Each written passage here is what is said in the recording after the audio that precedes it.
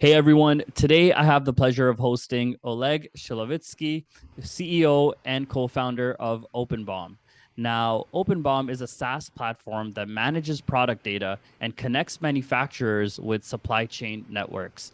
Oleg comes from a background in R&D and product development and is an experienced entrepreneur with a successful acquisition under his belt when his company Infobix was acquired by Autodesk back in 2012. I'm really excited to dive into his journey today and see what we can learn. So, with that said, Oleg, welcome. Thank you. Thank you for having me. Thank you Pleasure to for be here. being here. Oh, absolutely. Thank you for being here. So, Oleg, let's dive right in. Let's talk about the founding story of openBOM. Sure. The founding story of openBOM is pretty simple.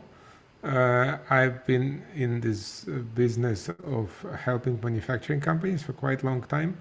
Was fortunate to work with large companies in this domain. Worked for the SaaS system, worked for Autodesk, serving different variety of different customers, very large companies like Boeing and a lot of small and medium companies. So the experience of customers, that was my background, and I was excited to see how industry is moving and transforming. So manufacturing industry is moving and transforming, and that raised a lot of questions. It's a digital transformation. It's probably a very common buzzword this day, but to me, was the most interesting part is to see how manufacturing will be transforming from what they did in the past and how they will be leveraging new technologies, but also establishing new connected processes. Because remember, in the past, manufacturing was a big factory space where everyone was doing everything.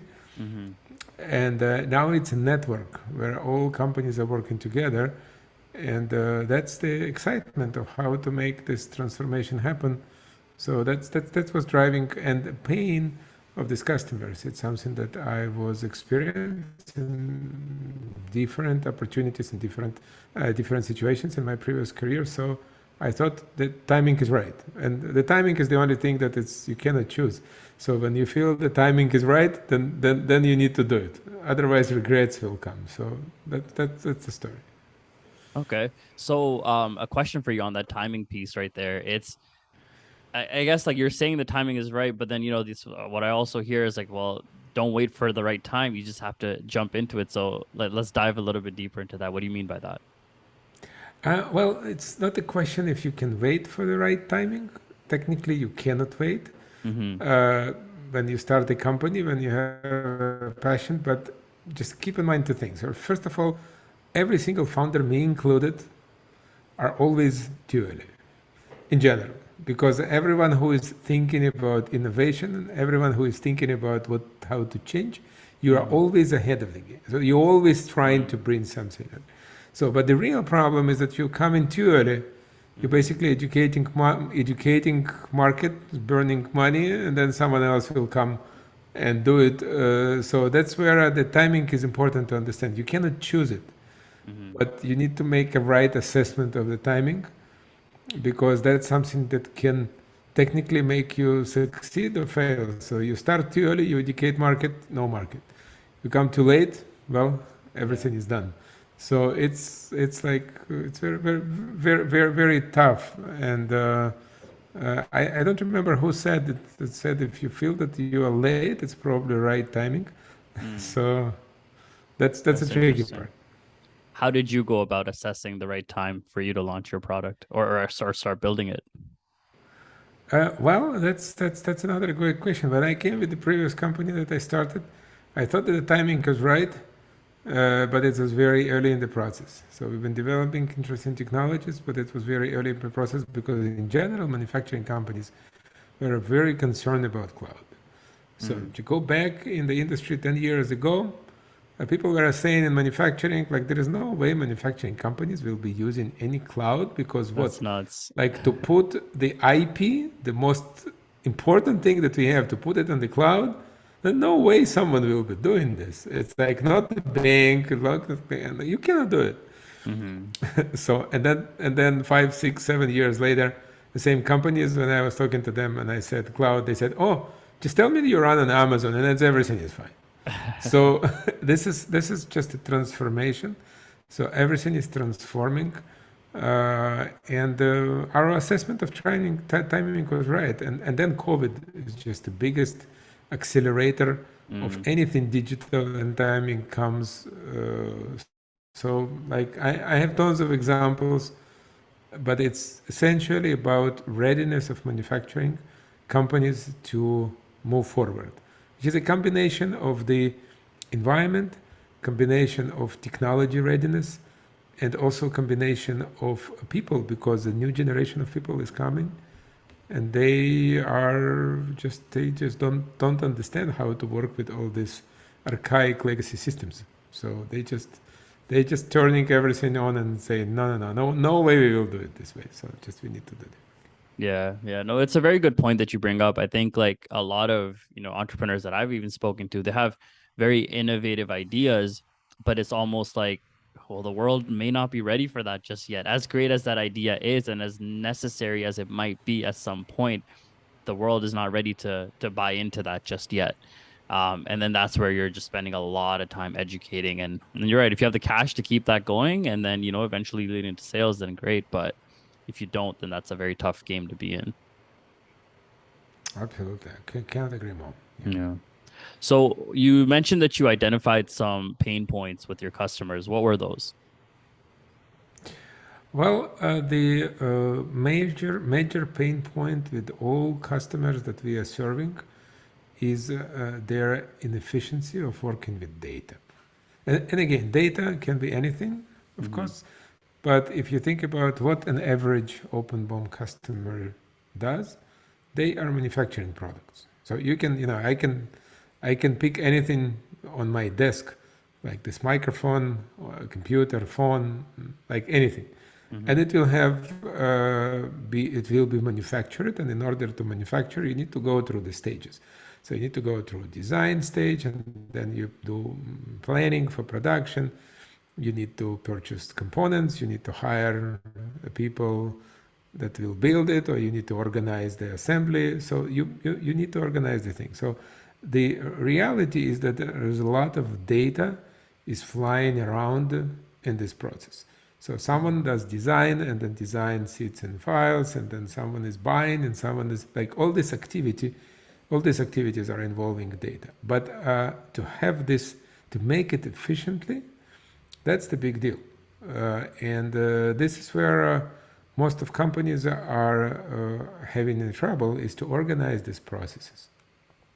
So organize these processes is hard. It's also related to organization of how to manage this data, and also how to store this information, and how to interact with different people. So the complexity is growing, the complexity of communication is growing, and if you start thinking about how to manage it, like your head will be spinning.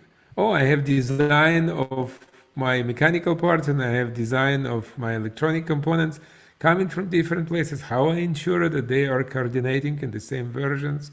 And now I need to purchase components. I need to hire contract manufacturer to build my PCBA assembly. How I ensure that I send them the right data? Oh, by the way, just now we made a change in the design because this PCB doesn't fit enclosure, and how I ensure that my contractor get the right information about this. So it's all kind of a lot of communication, and to have this data management done in the right way, it is actually a big deal. And again, if you work with the very established companies, they sometimes building the system homegrown, they sometimes using very old systems.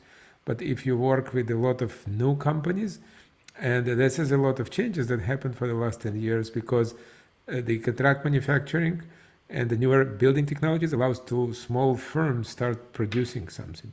You couldn't do it before because the contract manufacturing was not here, and the many technologies for building, like 3D printing, many other technologies was not here. But now it's here, but the communication is mess. And then if you miss something in communication, if you send to someone wrong data, you're losing money, or you're not coming on time, or you both do both. In any way, you will not be getting to the results, and that's a big deal. Gotcha. And then how does openBOM help to solve that problem or all of those Uh, problems, I guess? yeah. So the differentiator of openBOM, the main differentiator of openBOM, are actually coming from three places. So first is that cloud technologies and infrastructure is enabling, is allowing to us to create a platform that runs in the cloud, make it affordable to many companies by subscription. So that's not a new thing, and the companies are building SaaS and cloud software for quite some time. But it is a big deal when you make the service available for manufacturing companies that can start using it. So that's the first thing that openBOM does. So the second thing is that openBOM supports easy collaboration between companies during this process. So you can manage information, you can create bill of materials, you can store files, you can manage it in a very easy and reliable form, and at the same time people can collaborate in sharing data. So we have companies that are connected between different countries, different geographies, so the collaboration is a key. And then the powerful data management and integrations that are purposely built for manufacturing and engineering teams is a third element. So they can, on one side, start using it immediately. On the other side, it's flexible, integrated with their own tools, and support collaborations. So on average, if you think about legacy system, it was taking months, sometimes more, to set this up. It's expensive. It's not affordable for many companies today. In openBOM, you can register and start using it in 15 minutes. So for many companies, that's something that makes it really useful. And if we speak about larger companies, for them, it's a real collaborative processes that make it a big deal. Because many large companies are coming to us and they say, oh, we have a lot of old systems and they are great and we hate them. And why we hate them? Because they are not supporting us to work fast. They are not supporting us to develop innovative product. They are kind of burden. So we keep them because we need to keep record. But when many of them are joking is that the best way to stop us from doing something is start using those systems. Because that's how they perform. Funny. They are not built for agile development. They are not built for mobile, disintegrated, distributed teams. So that's how we change the reality. For larger companies, collaboration and new product development is a key. And then connecting of different companies together, that's another big deal when we work in supply chain, when we work with different suppliers and contractors. For them, sharing instantly data, it's a key. So if you can share information, it's a big deal because then you have a single source of information. Otherwise, with all systems, you need to extract data, put it in Excel, attach it to the email, send it, like 2-3 iterations. You already don't know where is the right data. So that's a real difference that openBOM brings to all these companies. Awesome. Yeah, no, that's great. How, you mentioned a couple of things. You mentioned that, hey, well, like there are these bigger companies that need all this collaboration, that have all these legacy systems. But then the challenge of with a big company is, okay, well, you're kind of either like ripping or replacing, or you're trying to, fit into their existing systems, or they're just not thinking forward yet because things are so slow moving. And then you mentioned there's this other segment of the market, which are these smaller manufacturers, the newer companies that are forward thinking. They're already innovating from day one, right? So it seems like there's these two segments. How did you, or are you going to market with your product? Like, what's working for you? Well, that's really great question. So for openBOM, what worked for us is this bottom-up approach. When we started to serve the underserved niches and underserved segments of the market. So go where we have a less resistance. And I've learned it from experience of working with many companies. So we went to the companies that are less served by existing vendors. And also the companies that underserved, they are easier to approach because smaller companies are spending more time online. They have a less structured process of software acquisition. Because if you go to an average enterprise company, they have an IT, which is in charge of bringing tools. Right. So, and in the smaller companies, it is something that works less formal, and you have a less barriers. So that's why going through the underserved market was a path for us. It has its disadvantages as well, because working with small companies, it's more risky because they are more often goes out of business. So that has its disadvantage. So another thing that worked for us, and I've been bringing it for years of my experience with social media, is content marketing. So I have my professional blog that I've run for the last 14 years, and I've been working a lot on the content, which eventually helped us to become visible on Google and become visible in organic searches. So we've been working on this a lot, and the majority of our clients come in through the organic channels to us. Not that we do not combine them with others, but like to start with was about doing content marketing. To start with was writing a blog and talking to people online. So that was working as well. That's huge. I think like a lot of startup founders, they undervalue how important content marketing really can be, because it's not something that's going to get you sales, that you start today and in 3 months you have a bunch of customers. It doesn't work like that. You've been doing it for a very long time. It takes consistency. It takes a very long-term commitment, but then you have people coming to you organically without you really spending a penny to get them. And that's huge.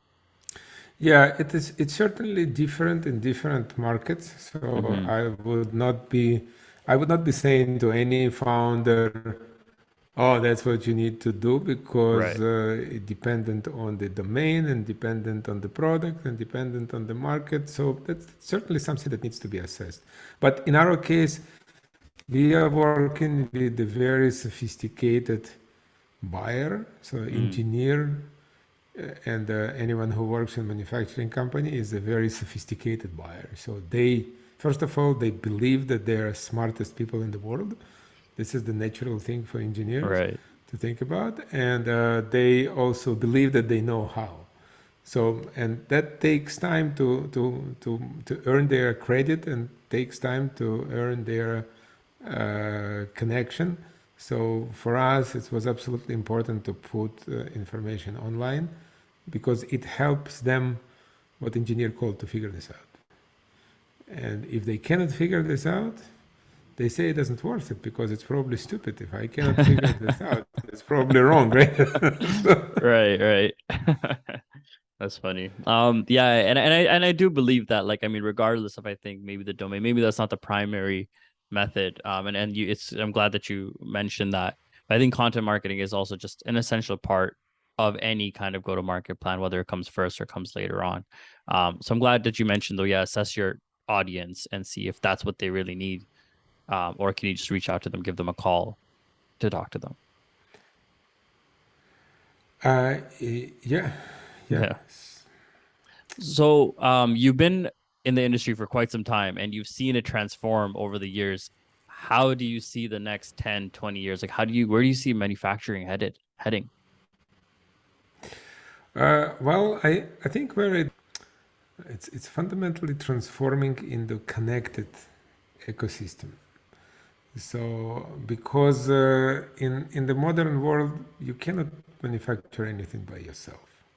So in the past it was possible, but the products were different. Now products are increasingly complex. They are involving a lot of technological pieces. The simplest product today is becoming a mechanical, electronics and software and something in the cloud. The simplest product. So you think about anything, it's all becoming very connected. The products are connected, the manufacturing is connected. So I think where we are heading is towards ability of building manufacturing products in a very similar way, like we build software products. And software is much ahead of the game. So if you think about, like, let's take 20 years ago. 20 years ago, in order to build a product, 25 years ago, build a product, you need to build everything from scratch. So in the past, when we build enterprise products, we've been reusing very little of technology. So we basically were taking operational system and database, and then we build on top of this everything from scratch. I remember me working 25 years ago in a company, we've been building everything. And now just fast forward, think about everything that was done with open source. Think about different online services that are becoming available. And when we started openBOM, the whole point was we only focus on our core IP. Everything else that we can get from the services, we just reuse. Okay, a database. We are not managing databases. We have database on the service. So the servers, we don't do it. There is Amazon. So a lot of things, like a lot of infrastructure, a lot of things reusing. So if you think about this is the software industry. Now think about manufacturing, the same. So building products is about using a very advanced and rich ecosystem of companies manufacturing different components, providing different services, and essentially building new products. Again, it's not that simple, but also software is not simple. Right. But manufacturing will be switching towards connected ecosystems of companies working together. But to do it, that where the future manufacturing networks will be coming. And then, yeah, of course, there are very large companies with very unique processes and unique products and what they can afford. It's not something that some other companies can afford. But then there are a lot of things that are happening in manufacturing business differently today than in the past. Yeah, that's actually a very interesting analogy that you made, that manufacturing is going to become like how we're building software today. And it makes sense. It really does make sense how you're describing it. So as we wrap this up, Oleg, I'd like to ask you a question for our listeners. What is one piece of advice that you would leave with early stage founders listening in? Well, what can I advise all founders is when you start a company, you take one big piece of paper, write on this paper word customers are important, and put it on the wall. Again, it can be virtual wall, it can be physical wall, it can be anything. And I know it sounds very simple, and you talk to anyone and everyone will say customers are important. But somehow I can see with many founders, and also with myself in the past, that you're missing this point. Companies are continuously missing this point. It's a customer, what you do for them and how you sell to them. And if these three things are not connected together, then eventually you will be on the wrong track. So that's why I would say customers are important. And like, even if you remember this, you need to be sure that every single person in your team understands it.